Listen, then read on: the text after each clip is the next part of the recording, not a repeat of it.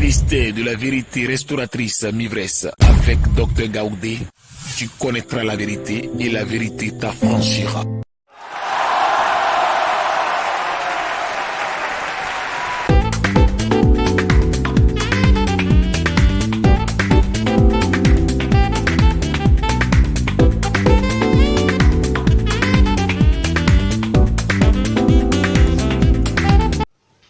Quel Jésus as-tu?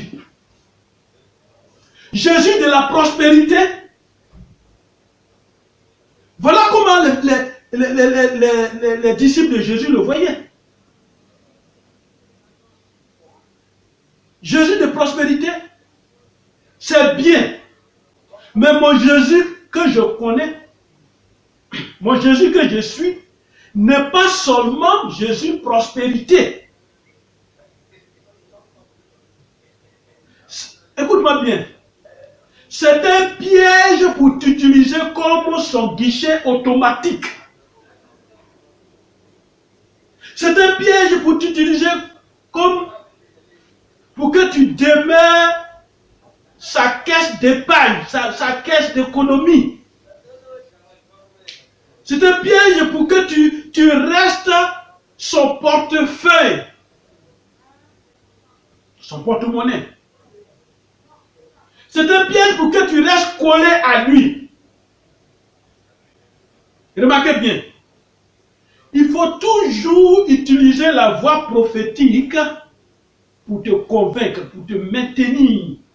C'est le fameux Dieu a dit, Dieu dit, Dieu dit, Dieu dit. Alors quand nous entendons Dieu dit, allez, on arrête tout, on croit déjà. Dieu dit. Ah, Dieu a dit, hein, Dieu a dit. Dieu dit, laisse ton mari. Allez, Dieu a dit, hein, on laisse. Dieu dit, laisse ta femme, c'est pas ta femme, tu la laisses. Dieu dit, ta maman, tu ne vas pas rentrer les sorcières. Alors, tu frappes ta maman. Dieu dit, et puis Dieu dit, et puis Dieu dit, et puis Dieu dit. Quelle vie tu as, mon frère, ma soeur? Quel Jésus as-tu? Amen. Tu peux faire des dons et des offrandes à l'église. C'est très bon. Mais pas une obligation mortelle, conditionnée.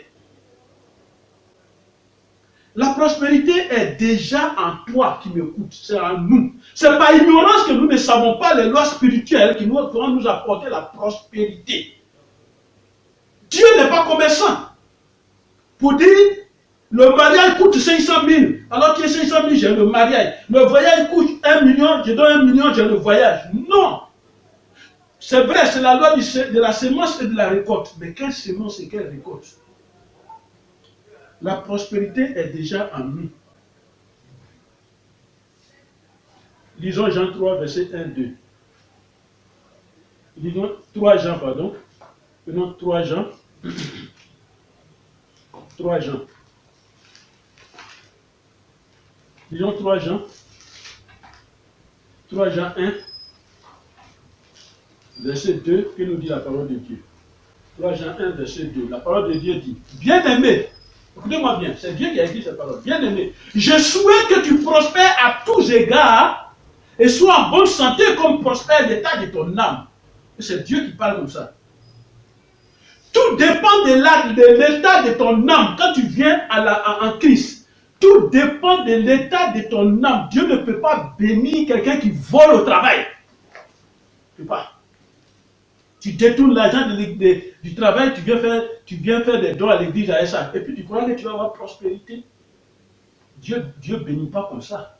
Ça dépend de l'état spirituel de ton âme. Regarde mes vidéos sur l'âme, tu vas comprendre. Amen. Amen. Et l'Éternel a dit, le projet que j'ai formulé pour vous, ce n'est pas des projets de malheur. Comment Dieu peut t'envoyer sur la terre pour que tu sois malheureux? Quel Jésus as-tu? Quel Jésus as-tu? Quel Jésus as-tu? Jésus du manger, nourriture. Beaucoup suivaient Jésus parce qu'il a multiplié les pains et les poissons. Beaucoup suivent Jésus parce que, voilà, on va avoir à manger, voilà. Et Jésus a dit, l'homme ne se nourrira pas de pain seulement, mais de toute parole qui sort de la bouche de l'Éternel, de la bouche de Dieu. Quelle est la parole qui sort de Dieu qui te nourrit? La parole va te nourrir spirituellement, et quand ton âme, ton esprit, ton âme sont bien posés, c'est pourquoi je te conseille de voir ma vidéo sur l'assise spirituelle. Quand tu es bien assis, les choses de la vie sont simples. Quel Jésus as-tu? Jésus qui donne mariage seulement, c'est bon, c'est une bonne chose. Mais ton Jésus, là, il est limité. Et c'est pour cette raison que tu es à l'église. Jésus de voyage. Et c'est à cause de voyage que tu es à l'église. Et c'est pourquoi tu ne fais qu'entendre Dieu dit. C'est-à-dire tu attends au moment où on dit maintenant Dieu dit. Dieu dit, voilà. Dieu dit. Amen. Nous avons déjà ces choses-là. Ça y est dedans, ça y est dans la Bible déjà. Nous avons toutes ces choses. Mais c'est de connaître et de prendre. Amen.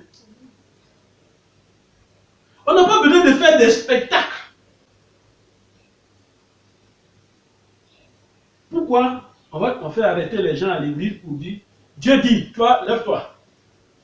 C'est pourquoi on le glorifie, lui le prophète qui va dire là, pourquoi on le glorifie. C'est pourquoi il fait ça. On fait, lui, il est fort et on applaudit. Mais entre nous, est-ce que vous avez vu un médecin faire ce genre de choses? Un médecin dit à quelqu'un, moi je le connais, je l'ai opéré, je sais, il est comme ça, il est comme ça, il est comme ça, il est comme ça. Je suis gynécologue, j'ai vu cette femme, elle est comme ça, elle est comme ça. Vous avez vu? Soyez un peu discret. Lève-toi. Ton mari t'a laissé. Parce qu'il a pris une autre femme. Il a une maîtresse. Et la femme ne sait même pas tout ça, c'est toi qui lui dis, on dit, il est très fort.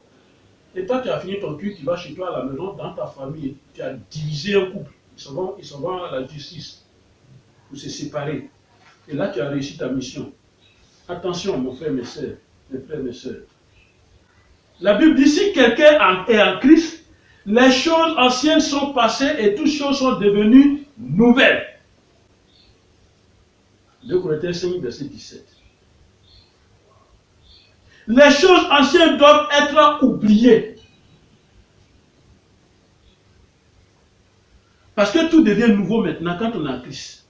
Quand on est en Christ, les habitudes de consultation, des charlatans, des marabouts, tout ça, on doit tout abandonner.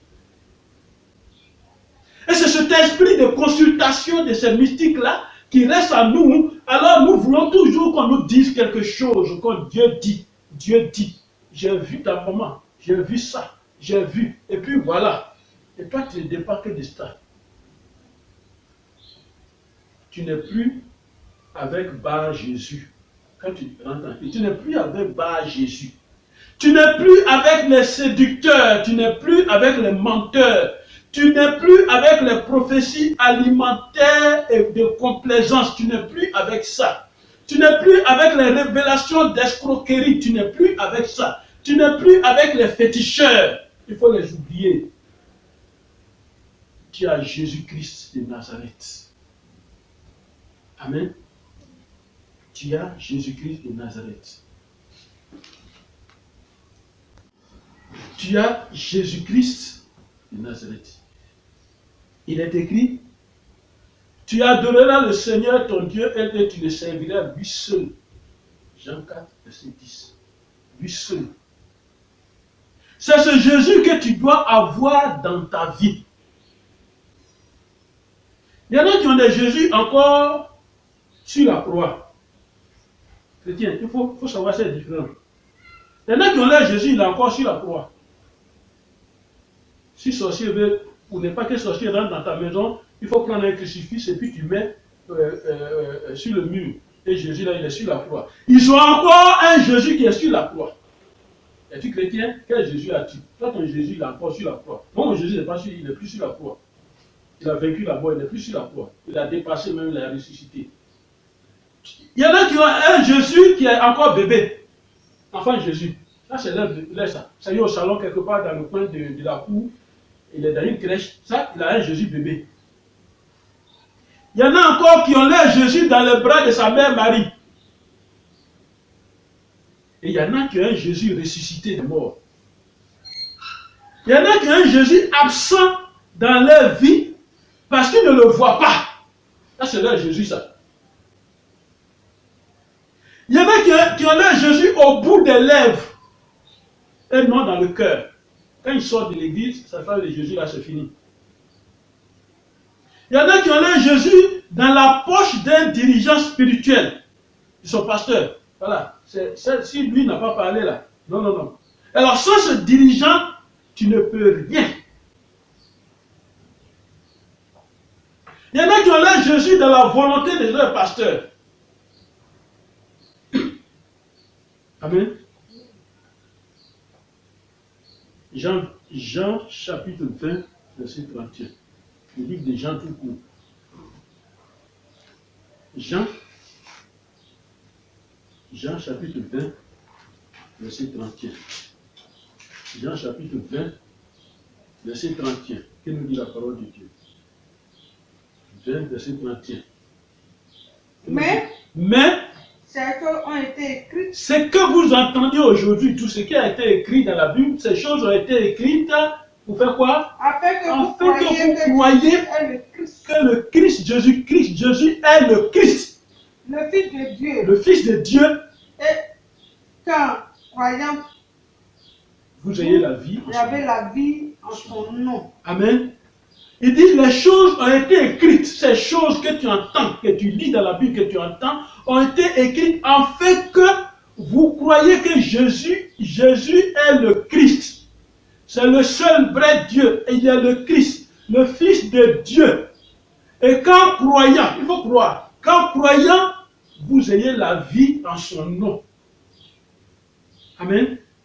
Alors, quiconque croit que Jésus-Christ, quiconque croit que Jésus est le Christ, est né de Dieu. Celui qui croit que Jésus-Christ est Christ, Jésus est Christ, il est né de Dieu. Et quiconque aime celui qui l'a engendré aussi, donc il est né de Dieu. C'est-à-dire que nous là, nous chrétiens, les vrais chrétiens doivent être nés de Dieu. Comment en croire que Jésus-Christ est le Fils de Dieu. Amen. Celui qui croit que Jésus-Christ est le Fils de Dieu, il triomphe du monde. C'est-à-dire il est fort dans le monde, spirituel comme physique. 1 Jean 5, verset 5 le dit. Amen. Alors veux-tu triompher du monde?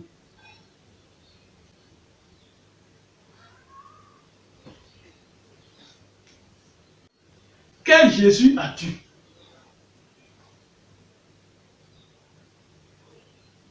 Je suis venu te présenter celui que moi j'ai reçu.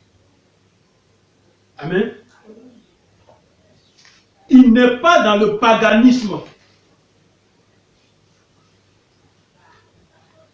Il me donne tout gratuitement. Et je ne suis esclave de personne. Et il m'a fait découvrir la vérité. Nous n'avons pas un autre esprit, mon frère, ma soeur. Nous n'avons pas un autre esprit. L'esprit du monde ne doit pas nous dominer. L'esprit du monde ne doit pas nous diriger. Parce que Jésus-Christ, il est incomparable. Quand Jésus donne, quand il donne, il n'y a pas d'encaissement et il n'y a pas de chagrin. Quand Jésus donne, il n'encaisse pas. Je t'ai donné ça. Parce qu'il y en a quand ils vont prier pour toi, si tu as réussi, tu viens en voiture, ça va devenir message sur la chair. On prie pour vous, vous êtes bénis, et puis vous n'êtes pas reconnaissant. Quand il donne une prophétie, elle s'accomplit sûrement sans condition. Qu'est-ce que Jésus attend de nous? Une reconnaissance. Il disait aux gens souvent, il te guérit, va annoncer ce que j'ai fait pour toi. Une reconnaissance. Et dans cette reconnaissance, tu es libre maintenant de donner l'argent pour quelque chose que tu veux. Quand Jésus guérit, la maladie ne revient pas sous une autre forme. Or, qu'est-ce que nous constatons? Tu as mal à la tête, on prie pour toi, demain, quelques mois après, c'est le ventre qui est malade. Parce qu'on n'a fait que déplacer la maladie. Amen.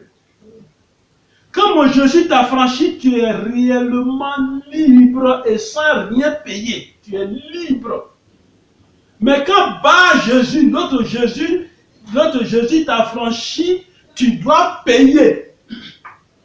Quand il t'a donné l'argent, tu dois payer. Il t'a donné mari, tu dois payer. Il t'a donné femme, tu dois payer. Il t'a donné voyage, tu dois payer. Payer comment? Il ne te dit jamais comment tu vas payer. Là, c'est un de tes enfants, en fait, tu vas mourir. Jésus est le même aujourd'hui, demain et éternellement. Quel Jésus as-tu reçu? Le chemin, la vérité, la vie.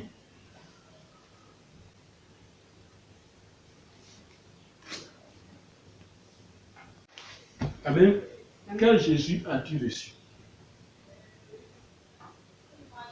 Alors pour conclure, le monde actuel est rempli de tous les courants de pensée et d'idéologie.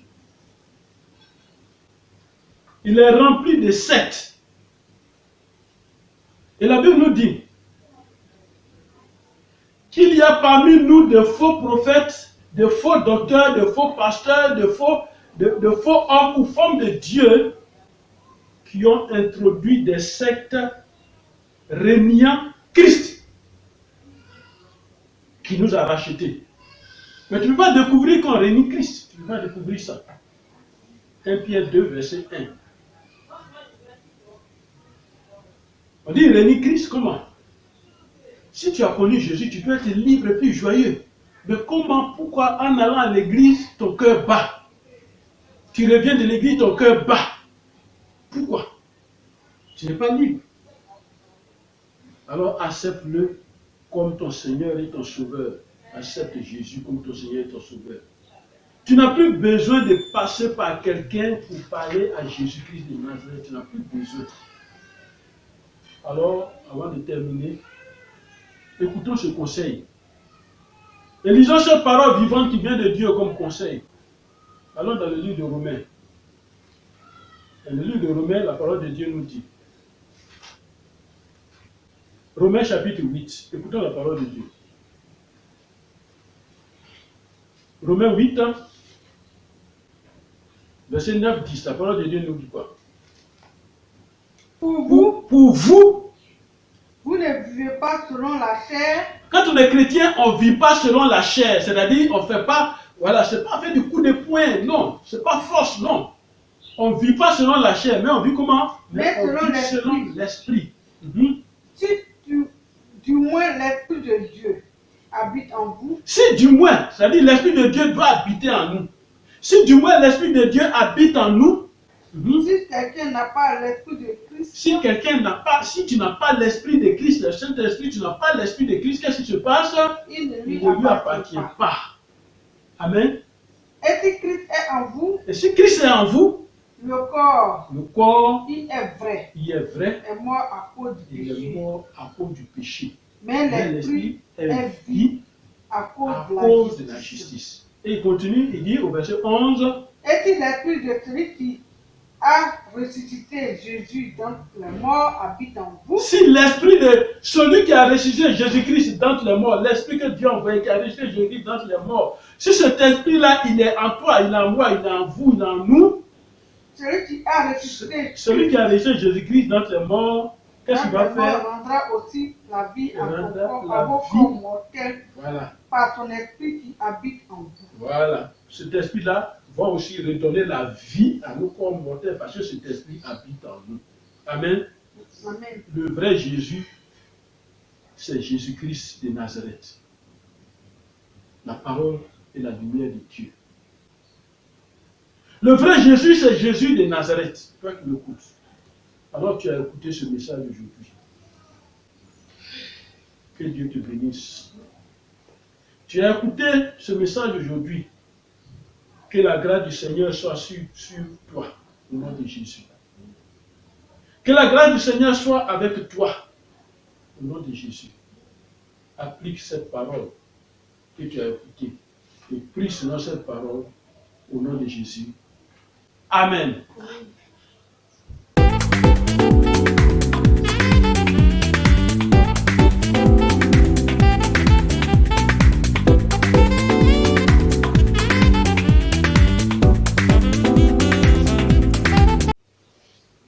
Que le nom de Dieu soit béni. Amen. Tu as écouté ce thème sur quel Jésus as-tu? Tu as écouté ce message. Quel Jésus as-tu? Alors, voici les prières que tu vas faire durant toute cette semaine, comme d'habitude. Les prières qui sont liées à ce message que tu as écouté. Première prière. Je parle à celui qui est en moi et m'empêche le changement de ma vie. Je t'ordonne, sors de moi maintenant, au nom de Jésus. Deuxième prière. Toi qui marches avec moi, et partout où je vais, tu marches avec moi, et partout où je vais, ce sont les refus, les rejets. Je t'ordonne, sépare-toi de moi au nom de Jésus. Troisième prière. J'annule le pouvoir et les influences des prophéties diaboliques sur ma vie au nom de Jésus. Quatrième prière. À partir d'aujourd'hui et jusqu'à la fin de ma vie est cachée en Jésus-Christ au nom de Jésus. Cinquième prière. Seigneur Jésus-Christ, donne-moi le discernement des esprits pour ne pas tomber dans les pièges du diable au nom de Jésus. Seigneur Jésus-Christ, donne-moi le discernement des esprits pour ne pas tomber dans les pièges du diable au nom de Jésus. Sixième prière. Tu prends Romains 8, verset 11 et tu le proclames. L'esprit de celui qui a ressuscité Jésus d'entre les morts habite en moi. Celui qui a ressuscité Christ d'entre les morts rendra aussi la vie à mon corps mortel par l'esprit qui habite en moi au nom de Jésus.